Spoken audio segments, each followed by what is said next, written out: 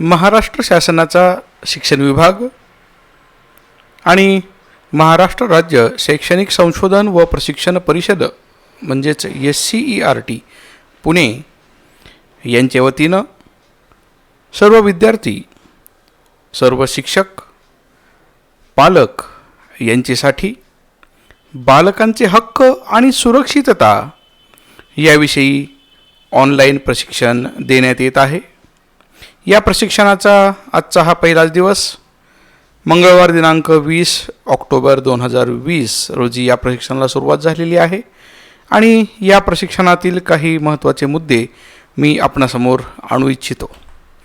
यामध्ये बालक म्हणजे नेमकं काय, बालकांवर कशा प्रकारे सुरक्षिततेची आवश्यकता आहे आणि अशा अनेक गोष्टी आपल्याला आजच्या या प्रशिक्षणातून समजणार आहेत.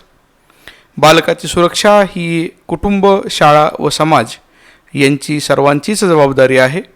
बालकांचे हक्क काय आहेत, त्याविषयीचे कायदे काय तयार केलेले आहेत. बालक सुरक्षित राहावा म्हणून शिक्षक म्हणून, मुख्याध्यापक म्हणून, अधिकारी म्हणून, समाजातील घटक म्हणून, कुटुंबातील घटक म्हणून माझी जबाबदारी कोणती हे या प्रशिक्षणातून आपणास कळेल. आणि याबरोबरच शोषणास प्रतिकार कसा करायचा आणि बालकाला सुरक्षिततेची हमी कशी द्यायची हे सुद्धा आपणा सर्वांना याच प्रशिक्षणातून समजणार आहे. सर्वप्रथम प्रश्न उभा राहतो, बालक कोणाला म्हणावं? तर वयाची 18 वर्षे पूर्ण न केलेले, म्हणजे ज्यांना 17 वर्ष आणि 364 दिवस झालेले आहेत, ते सर्वजण याच व्याख्येमध्ये मोडतात. त्यांना आपण सर्वांनाच बालक असं म्हणणार आहोत. आणि बालहक्क संहिता जी तयार झाली त्यामधलं सर्वात महत्त्वाचं वाक्य, व्यक्तीची जात, धर्म, वंश, लिंग, रंग, भाषा किंवा आर्थिक स्थितीचा विचार न करता सर्व बालकांना समान हक्क देणे. पुन्हा एकदा सांगतो, सर्व बालकांना समान हक्क देणे बालहक्क संहितेमधील हे महत्त्वाचं वाक्य आहे. आजच्या या प्रशिक्षणासाठी मी महेमूद मुलानी आपणा सर्वांचं स्वागत करतो. माझ्या यूट्यूब चॅनल महेमूद मुलानी ऑनलाईन एज्युकेशनमध्ये तुम्हा सर्वांचं स्वागत आहे. तर आपण पाहत होतो बालहक्क संरक्षण कसं करायचं आणि ही बालकं सुरक्षित कशी ठेवायची. यासाठी जी बालहक्क संहिता तयार करण्यात आली युनिसेफच्या वतीनं, त्याच्यामध्ये 54 कलम दिलेली आहेत. यापैकी कलम क्रमांक 1 ते 42 पर्यंत मुलांचे हक्क देण्यात आलेले असून इतर राहिलेल्या कलमांमध्ये बालकांच्या हक्कांसाठी आणि सुरक्षिततेसाठी राष्ट्रांनी काय करावं याबद्दलची मार्गदर्शक तत्त्वे देण्यात आलेली आहेत. बालहक्क संहिता ही 3 आधारभूत तत्वांवर आधारित आहे. पहिलं तत्व भेदभावाला नकार देणे, म्हणजे कोणत्याही बालकांमध्ये कोणत्याही प्रकारे भेदभाव करायचा नाही. दुसरं तत्व आहे बालकाच्या हिताला प्राधान्य देणे. आणि तत्व क्रमांक 3, सर्व कृतींमध्ये बालकाचा सहभाग अपेक्षित आहे. या 3 आधारभूत तत्वांवरती बालहक्क संहिता तयार झालेली आहे. बालकाचे प्रमुख हक्क कोणते? तर हे समोर दिसत आहेत. ते बालकाचे प्रमुख 4 हक्क आहेत: जगण्याचा हक्क, सहभागाचा हक्क, विकासाचा हक्क आणि संरक्षणाचा हक्क. यापैकी प्रत्येक हक्काबद्दल आपण सविस्तरपणे पुढच्या भागामध्ये जाणून घेणार आहोतच. जगण्याचा हक्क म्हणजे प्रत्येक बालकाला जन्म घेण्याचा आणि त्याचा शारीरिक विकास करण्याचा हक्क आहे. प्रत्येक बालकाला अन्न, वस्त्र, निवारा या मूलभूत गरजा पूर्ण करण्याचा हक्क आहे. प्रत्येक बालकाला प्रतिष्ठा आहे म्हणून प्रतिष्ठेने जगण्याचा हक्क आहे. बालकाला आरोग्य मिळालंच पाहिजे. पोषक आहार, स्वच्छता हेही तेवढंच आवश्यक आहे. आणि प्रत्येक बालकाच्या जन्माची नोंद आणि योग्य वेळेला योग्य लसीकरणसुद्धा झालं पाहिजे. हे त्या बालकाच्या जगण्याच्या हक्कामधील काही तत्त्व दिलेली आहेत. दुसरा हक्क होता सहभागाचा हक्क. यामध्ये बालकाला माहिती पूर्णपणे मिळणं गरजेचं आहे. माहिती घेण्याचा त्याला हक्क आहे.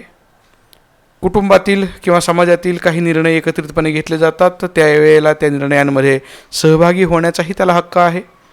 एकत्र येणं, बालकांच्या हक्काबद्दल संघटना तयार करणं, हेही बालकांच्या हक्कामध्ये युनिसेफ आणि संयुक्त राष्ट्र संघटनेनं मान्य केलेलं आहे. प्रत्येक बालकाला त्याचं अभिव्यक्ती स्वातंत्र्य आहे. त्यानंतर आहे विकासाचा हक्क. बालकाचा विकास भावनिक, मानसिक आणि शारीरिक पातळीवर होऊ शकतो. तो विकास घडवून आणण्याचा हक्क बालकाला आहे. प्रत्येक बालकाला मोफत प्राथमिक शिक्षण मिळावं आणि त्याबरोबरच माध्यमिक शिक्षण तसेच व्यवसाय प्रशिक्षणसुद्धा योग्य स्तरावरती मिळण्याची सोय असणं हा सुद्धा बालकाच्या विकासाचा हक्क आहे. प्रत्येक बालकाला संस्कृती, भाषा, धर्म स्वीकारायचा किंवा न स्वीकारायचा हा त्याचा हक्क असणार आहे. बालकाचा चौथा हक्क होता संरक्षणाचा हक्क. भावनिक, मानसिक, शारीरिक शोषणापासून तो स्वतःचं संरक्षण करू शकतो. यामध्ये काही उदाहरणं तुम्हाला माहीतच आहेत. बालमजुरी, बालविवाह, विक्री, लैंगिक शोषण, अपहरण, अंमली पदार्थांसाठी बालकांचा वापर इत्यादी अनेक दुष्कृत्यांसाठी बालकांचा वापर होऊ शकतो. म्हणून त्यापासून त्यांनी स्वतःचं संरक्षण करण्याचा हक्क आहे. इतरांनी त्यांना व्यसन लावू नये म्हणून व्यसनास विरोध करण्याचा सुद्धा या बालकांना तेवढाच अधिकार, हक्क आहे.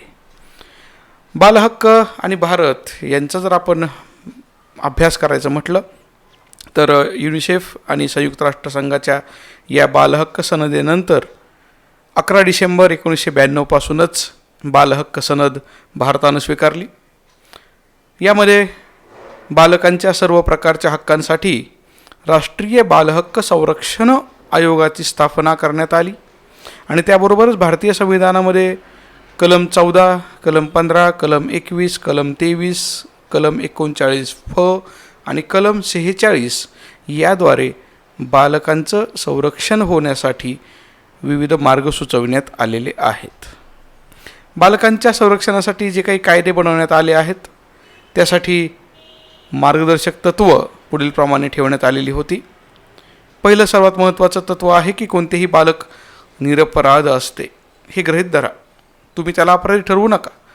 ते निरपराधी आहे असंच विचारात घेऊन पुढील कृती करा. प्रत्येक बालकास समान प्रतिष्ठा आणि समान योग्यतेची वागणूक द्यायची आहे.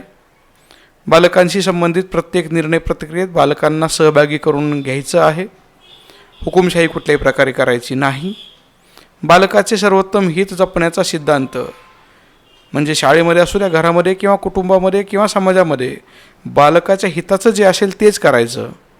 बालकाची काळजी घ्यायची, संरक्षण करायचं आणि संगोपनाची जबाबदारीसुद्धा कुटुंबाने उचलायची. प्रत्येक बालकाला सुरक्षितता मिळणं अपेक्षित आहे. मुद्दा क्रमांक 7 दिलेला आहे. बालकाच्या सर्वांगीण विकासासाठी सकारात्मक उपाययोजनांचा सिद्धांत. मुद्दा क्रमांक 8 कोणत्याही बालकावर दोषारोपपत्र आणि किंवा त्यास कलंकित करण्यास मज्जाव करण्यात आलेला आहे. बालकांवर आपल्याला आरोपपत्र दाखल करता येत नाही. कालांतराने संज्ञान झाल्यावरती पुढील कायदेशीर कारवाई होते. बालकांचे कोणतेही हक्क दुर्लक्षित न करण्याचा 9वा सिद्धांत किंवा तत्त्व दिलेला आहे. 10वं मार्गदर्शक तत्त्व आहे समानता असण्याचा, म्हणजेच सर्व बालक समान आहेत. लिंग, जाती, धर्म, भाषा यावरून आपण त्यांच्यामध्ये कोणत्याही प्रकारचा भेदभाव करायचा नाही. बालकांच्या काही गोष्टी गोपनीय असतात, त्या गोपनीयच ठेवण्याचा प्रयत्न करायचा आहे. कोणत्याही बालकाच्या बाबतीमध्ये एखादी निवासी शाळा किंवा संस्था हा शेवटचा पर्याय असेल. त्यापूर्वी कुटुंबामध्येच तो पुनर्प्रस्थापित व्हावा म्हणून प्रयत्न करावा आणि कोणत्याही बालकाचा पूर्व इतिहास लक्षात न घेता त्याला पुन्हा एकदा नव्याने जीवन सुरू करण्याची संधी आपण सर्वांनी द्यावी अशी या मार्गदर्शक तत्त्वामध्ये अपेक्षा ठेवण्यात आलेली आहे. मग अशा प्रकारे कोणते बालकं आहेत ज्यांना संरक्षणाची गरज आहे, ज्यांची आपण काळजी घेण्याची गरज आहे. यामध्ये सर्वप्रथम आपल्याला आढळतात की जी काही बालकं पालकांविना आहेत आणि त्यांना जगण्याचं कोणतंही साधन नाही, यांची आपण काळजी घेणं आवश्यक आहे. काम करणारी, रस्त्यावर राहणारी किंवा भीक मागणारी मुलंसुद्धा हीच गरज ओळखून आहेत की त्यांचं संरक्षण कोणीतरी केलं पाहिजे. लैंगिक अथवा कोणत्याही अत्याचारास बळी पडलेली मुलं किंवा बळी पडू शकतील अशी मुलं, त्यांचीही काळजी आपण घेणं गरजेचं आहे. दुर्लक्षित राहिलेली, ज्यांचं शोषण करण्यात आलेलं आहे अशी मुलंसुद्धा, त्यांचं आपण संरक्षण केलं पाहिजे. मानसिक व शारीरिक अपंगत्व असणारी म्हणजेच दिव्यांग मुलं, दुर्धर आजाराने ग्रस्त बालकं यांचीही काळजी घेणं गरजेचं आहे. ज्यांचे पालक सापडलेले नाहीत म्हणजेच मुलं हरवलेली आहेत अशी बालकं जी अनाथाश्रमात ठेवतात, त्यांचीही काळजी आणि संरक्षण करणं हे आपलं कर्तव्य आहे. मुलांची काळजी घेण्यास काही वेळेला पालक असमर्थ असतात, अशा बालकांची काळजीसुद्धा आपणच घ्यायची आहे. बालविवाहाचे बळी होणारी अथवा झालेली बालकं यांना पुन्हा समाजाच्या मुख्य प्रवाहात आणण्यासाठी त्यांची काळजी घेणं आणि त्यांना संरक्षणाची सुद्धा गरज असतेच. कायद्यातील काही महत्त्वाची कलमं आपल्याला माहीत असणं गरजेचं आहे, जी बालकांशी संबंधित आहेत. या कायद्याअंतर्गत येणाऱ्या कोणत्याही बालकांची ओळख पटेल अशी कोणतीही माहिती कोणत्याही माध्यमांमध्ये देता येणार नाही. त्यामुळं अल्पवयीन मुलांची माहिती वर्तमानपत्रांमध्ये नाव दिलं जात नाही. बालकांना क्रूरतेची वागणूक देणे कलम क्रमांक 75, बालकास भीक मागण्यास लावणे कलम 76 अन्वये गुन्हा दाखल होऊ शकतो. वेगवेगळी कलमं या ठिकाणी दिलेली आहेत. बेकायदेशीरपणे दत्तक घेणे, विक्री करणे, शारीरिक शिक्षा करणे, अपहरण करणे, वेगवेगळ्या कलमांतर्गत अशा लोकांना वेगवेगळ्या शिक्षा केल्या जाऊ शकतात. मग लैंगिक अपराध नेमकं कशाला म्हणायचं? कारण लैंगिक अपराध म्हणजे फक्त अत्याचार करणं एवढंच नाही, तर शरीराच्या कोणत्याही अवयवांचा वापर त्या ठिकाणी जर केलेला असेल तर तो लैंगिक अपराध होऊ शकतो. वस्तूंचा वापर केला असेल, दुसऱ्या व्यक्तीला काही गोष्टी करण्यास सांगितलं असेल तरीसुद्धा लैंगिक अपराधच आहे. बालकांना आपले अवयव प्रकट करण्यास सांगणे, अश्लील साहित्य दाखवणे, बालकास लज्जा वाटेल असे बोलणे, हे सर्व लैंगिक अपराधच आहेत. मग लैंगिक अपराध घडल्यास काय करावे हे फार महत्त्वाचं आहे. एक शिक्षक म्हणून, समाजातील जबाबदार घटक म्हणून आपण सर्वांनी ही तत्त्व वापरावीत हे नक्की. सर्वप्रथम ज्याच्या बाबतीमध्ये लैंगिक अपराध घडलेला आहे अशा बालकास धीर द्यावा आणि याच्यामध्ये बालकाची काही चूक नाही हा विश्वास त्या बालकाच्या मनामध्ये निर्माण करणं आवश्यक आहे. अपराधी किती जवळचा असला तरी त्याला कधीही पाठीशी घालायचं नाही. वरिष्ठांना योग्य ती कल्पना द्यायचीच, सविस्तरपणे सर्व घटनाक्रम सांगणं आवश्यक आहे. वरिष्ठांनीसुद्धा त्या बाबतीत योग्य ती कारवाई करून, दखल घेऊन कारवाई केलीच पाहिजे. म्हणजेच पोलिसांना किंवा इतर यंत्रणा, ज्या जबाबदार यंत्रणा आहेत त्यांना कळवणं गरजेचं आहे. 100 या नंबरद्वारे पोलिसांनाही आपण ही माहिती कळवू शकतो. बालकाबद्दलची माहिती गुप्त राहील याची खात्री करून घ्या. अपराधी व्यक्तीचा बालकाशी कुठल्याही प्रकारे संपर्क येऊ देऊ नका, कारण त्यातून आणखी काही धोके निर्माण होऊ शकतात. बालकाच्या मनावर जर ताण असेल तर त्याचा तो मानसिक ताण दूर करण्यासाठी काउन्सिलर म्हणजेच समुपदेशकाची मदत घ्यायची आहे. ते त्याला योग्य शब्दांमध्ये समजावून सांगतील, म्हणून समुपदेशक आवश्यक आहेत. अपराध घडला असे आपणास समजल्यास ताबडतोब वरिष्ठांना सांगावे. आता यामध्ये ताबडतोब या शब्दासाठी काही विशिष्ट असा कालावधी 12 तास 24 तास दिलेला नाही. ताबडतोब याचा अर्थ तुम्हाला समजल्यानंतर लवकरात लवकर तुम्ही वरिष्ठांना ते कळवणं गरजेचं आहे. त्याचा विश्वास असेल अशा व्यक्तींना ते सांगा. म्हणजेच आपण पोलिसांना सांगू शकतो, चाइल्ड लाईनला सांगू शकतो, बाल कल्याण समितीला सांगू शकतो, गावातील महत्त्वपूर्ण व्यक्ती जसे की पोलीस पाटील यांना ही माहिती आपण देऊ शकता. तसेच गावातील बाल संरक्षण समितीला सांगून त्या बालकाला आपण सर्वतोपरी मदत करू शकतो.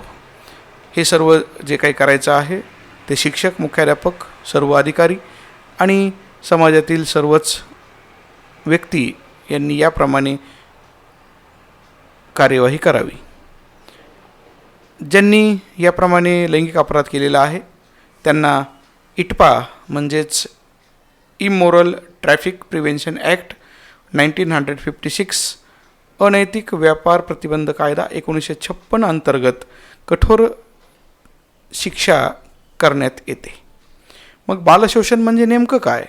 तर ते बालशोषण हे 4 पातळीवर घडून येऊ शकतं. शारीरिक अत्याचार, किंवा शारीरिक शोषण, भावनिक गैरवर्तन. आता यामध्ये शारीरिक शोषणाबद्दल सविस्तरपणे सांगण्याची काही आवश्यकता नाही आहे. शारीरिक अत्याचार केले जातात. भावनिक गैरवर्तन म्हणजे त्या विद्यार्थ्याच्या किंवा त्या मुलाच्या मनावरती परिणाम होईल, त्यांच्या भावना दुखावल्या जातील असं वर्तन पालकांकडून किंवा समाजातील कुठल्याही व्यक्तीकडून घडू नये. बालशोषणामध्ये दुर्लक्ष हाही एक प्रकार आहे. म्हणजे कोणीतरी काहीतरी सांगतंय आणि त्याकडे दुर्लक्ष करायचं, हे सुद्धा बालशोषणामध्येच येतं आहे. आणि शेवटचा प्रकार आहे तो थेटपणे लैंगिक अत्याचार करायचे, याला सर्वांनाच बालशोषण असं म्हणतात. आणि यापैकी कुठलीही क्रिया ही चुकून किंवा अपघाताने झालेली नसून मुद्दाम, हेतुपूर्वक, जाणीवपूर्वक केलेली असते, हे नक्की. बालशोषण म्हणजे काय, ते कसं घडतं, ही माहिती आपण पाहतोय. त्याबरोबरच बालशोषण जर झालं तर बालकाच्या कोवळ्या मनावरती काय परिणाम होतो. सर्वप्रथम त्याला धक्का बसतो. म्हणजे हे असं कसं घडू शकतं, हे असं असतं यावर त्याचा विश्वास बसत नाही, म्हणून एकतर मानसिक धक्का बसलेला असतो. मनामध्ये प्रचंड भीती बसलेली असते की हे कसं घडलं, काय घडलं हे नीट कळत नाही, त्यामुळं मन गोंधळलेलं सुद्धा असू शकतं. आणि या सर्वांमुळं त्याच्या मनामध्ये दुःखाची आणि अपराधीपणाची भावना निर्माण झालेली असते. इतरांसमोर यायला लाज वाटते, लज्जा निर्माण होते आणि यातूनच एकंदरीतच चिडचिड किंवा संताप त्या बालकाच्या भावनांमधून बाहेर पडताना आपल्याला दिसतो. हे परिणाम जरी आपण एका मिनिटात सांगितले असतील तरी याचे दूरगामी परिणाम मात्र प्रचंड वाईट असतात.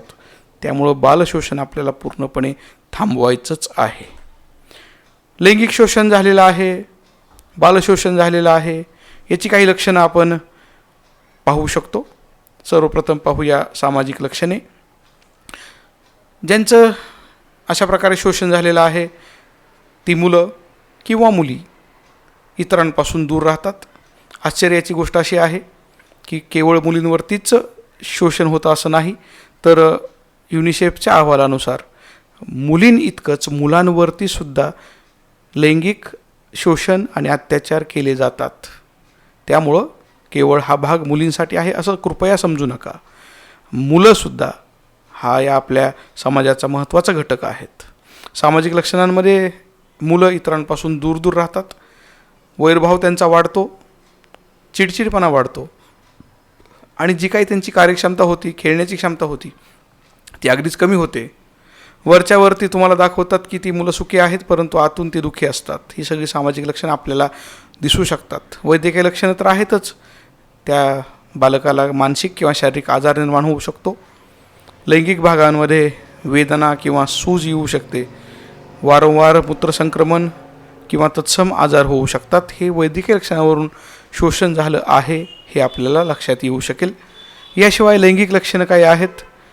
शोषण झाल्यानंतर अशा प्रकारे काही बालकांच्या लैंगिक वर्तनामध्ये वाढ होते, लैंगिक क्रियासुद्धा वाढतात आणि त्यांच्या बोलण्यामध्ये लैंगिक भाषेचा उपयोग वाढलेला जाणवतो.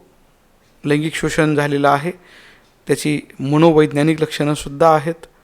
खाण्याच्या वेळा बिघडलेल्या असतात, खाण्यावरती लक्ष नसतं, झोप येत नाही, चिंता, नैराश्य, उदासीनता यांनी सदर बालक हे ग्रासलेलं असतं. बालकाच्या मनामध्ये वेगळेच विचार चाललेले असतात. काही वेळेला ते विचार अगदी आत्महत्येपर्यंत सुद्धा येऊन पोचतात आणि प्रत्यक्षात काही बालकं तर आत्महत्येचा प्रयत्नसुद्धा करतात. ही सगळी मनोवैज्ञानिक लक्षणे आहेत. आणि सर्वात महत्त्वाचं शेवटचं लक्षण बालकाचं लैंगिक शोषण झालेलं आहे. यामध्ये खात्रीपूर्वक लक्षण म्हणजे गर्भवती होणे, लैंगिक संसर्गजन्य संक्रमण होणे आणि सर्वात महत्त्वाचं थेट बालकानेच जर सांगितलं की असं घडलेलं आहे तर हे सुद्धा एक खात्रीपूर्वक लक्षण आहे असं आपण मानू शकतो. मग यासाठी पालकांनी, मुख्याध्यापकांनी आणि शालेय व्यवस्थापनाने काय करावं, म्हणजेच बालशोषण प्रतिबंधात्मक उपाय काय आहेत. तर यासाठी मुख्याध्यापक आणि शाळेच्या व्यवस्थापनाला संवेदनशील राहणं अतिशय आवश्यक आहे. शाळा सल्लागार, मदत गट किंवा शिक्षक याबद्दल जागरूकता निर्माण करायची. अभ्यासक्रमामध्ये शोषणाच्या प्रकटना हाताळणीसाठी मार्गदर्शन करायचं आणि सर्वत्र जागरूकता असेल तर मात्र अशा प्रकारे प्रतिबंध सहजपणे होऊ शकेल. त्याबरोबरच पालकांबरोबर आपण अगोदरच काही मीटिंग घेऊन म्हणजे पालकांसोबत पूर्वसत्र घेऊन त्यांना याची कल्पना देऊ शकतो. मुलांसोबत सुद्धा आपण पाठ्यपुस्तकाचा उपयोग करून माहिती देऊ शकतो. मुलांसोबत वैयक्तिक सत्र आपण घेऊ शकतो. सर्वात महत्त्वाचं म्हणजे शाळेमध्ये आपण एखादी सूचना पेटी ठेवू शकतो, ज्यामध्ये विद्यार्थी न सांगता येणाऱ्या काही गोष्टी त्याच्यामध्ये लिहून ठेवू शकतात. आणि याबरोबरच शिक्षक आणि पालक यांनी जरी बालशोषण घडलं तरी त्यानंतर विद्यार्थ्याबरोबर, पालकाबरोबर, समाजातील बालकाबरोबर बसून समुपदेशकाला घेऊन त्याच्या मनावरती जो काही आघात झालेला आहे तो दूर करण्याचा प्रयत्न करावा. बालशोषण कसं हाताळायचं यासाठी काही तत्त्व दिलेली आहेत. त्यामध्ये विद्यार्थ्याने जर एखादी गोष्ट तुम्हाला सांगितली, बालकाने एखादी गोष्ट तुम्हाला सांगितली, तर ती गोष्ट तुम्हाला सांगितली त्याबद्दल त्याला अगोदर शाबासकी द्या. नक्कीच त्याला मदत करीन हे आश्वासनसुद्धा द्या. नुसतं आश्वासन देऊन थांबू नका. त्याप्रमाणे तुम्ही कृती केलेली त्या बालकाला जर पाहायला मिळाली तर तो आणखी आनंदी होईल. त्याचबरोबर त्याला हे कळू द्या की त्याचा तुमच्यावर पूर्ण विश्वास आहे. त्या मुलाला आश्वस्त करा की त्याला नक्कीच मदत मिळणार आहे. प्रामाणिकपणे त्याला सर्व उत्तरं द्या. मुलाला स्पर्श करणे टाळा. यामध्ये त्या मुलाची काहीही चूक नाही यावरती जोर द्या. जे झाले ते कुणालाही न सांगण्याचे आश्वासन देऊ नका, कारण तुम्हाला तुमच्या वरिष्ठांना किंवा शासकीय यंत्रणेला हे सांगणं गरजेचं असणार आहे. केवळ गरजेचं आहे त्यांनाच ही माहिती आपण देणार आहोत. आणि मुलाची सुरक्षिततासुद्धा आपल्याला वाढवणं आवश्यक आहे. जर एखाद्या मुलाने काही अयोग्य मजकूर किंवा साहित्य तुमच्या निदर्शनास आणून दिल्यास ते हटवू नका, तर पुरावा म्हणून त्याचा स्क्रीनशॉट घ्या आणि तुमच्या ईमेलमध्ये सुरक्षितपणे जतन करून ठेवा. नंतर शासकीय यंत्रणांना तो पुरावा फार उपयुक्त ठरणार आहे. आणि तुम्ही जे काही कृती केलेली आहे, शासकीय यंत्रणांना सांगितलेलं आहे, त्याचा पाठपुरावा करा. म्हणजे तो विद्यार्थी किंवा ते बालक त्याला झालेल्या त्रासातून पूर्णपणे मुक्त होऊ शकेल. मात्र बालशोषण हाताळताना काय करायचं नाही याचीही काही तत्त्व दिलेली आहेत. यामध्ये ज्यांना ही माहिती सांगितलेली आहे त्यांनीच घाबरून जायचं किंवा अवाजवी प्रतिक्रिया काहीतरी वेगळंच बोलायचं असं करायचं नाही. जो काही दोष आहे तो मुलाला काही जण देतात तसं सुद्धा करायचं नाही. मुलाला दोषी ठरवायचं नाही. मुलाला तसंच बोलण्यासाठी, असंच बोलण्यासाठी दबाव आणायचा नाही. अति प्रश्न विचारायचे नाहीत. अनावश्यक प्रश्न विचारायचे नाहीत. जे काही झालं ते विसरायला किंवा त्याच्याशी जुळवून घ्यायला सुद्धा सांगायचं नाही. मुलाला त्याचा घटनाक्रम पुन्हा पुन्हा सांगायला लावून त्याचं आणखी मानसिक शोषण करायचं नाही. आणि सर्वात महत्त्वाचं म्हणजे शोषणकर्त्याच्या समोर मुलाला आणून कबुली द्यायला भाग पाडायचं नाही, कारण त्यातून आणखी पुढचे काही प्रश्न, तांत्रिक अडचणी निर्माण होऊ शकतात. याबरोबरच आजच्या मंगळवार दिनांक 20 ऑक्टोबर 2020च्या भागामधला भाग जो काही आहे प्रशिक्षणातील तो मी कव्हर करण्याचा प्रयत्न केलेला आहे. उद्या बुधवार दिनांक 21 ऑक्टोबर रोजी प्रशिक्षणाचा दुसरा भाग असेल. याच चॅनलवरती तुम्हाला तो भागसुद्धा उद्या पाहायला मिळेल. तोपर्यंत धन्यवाद.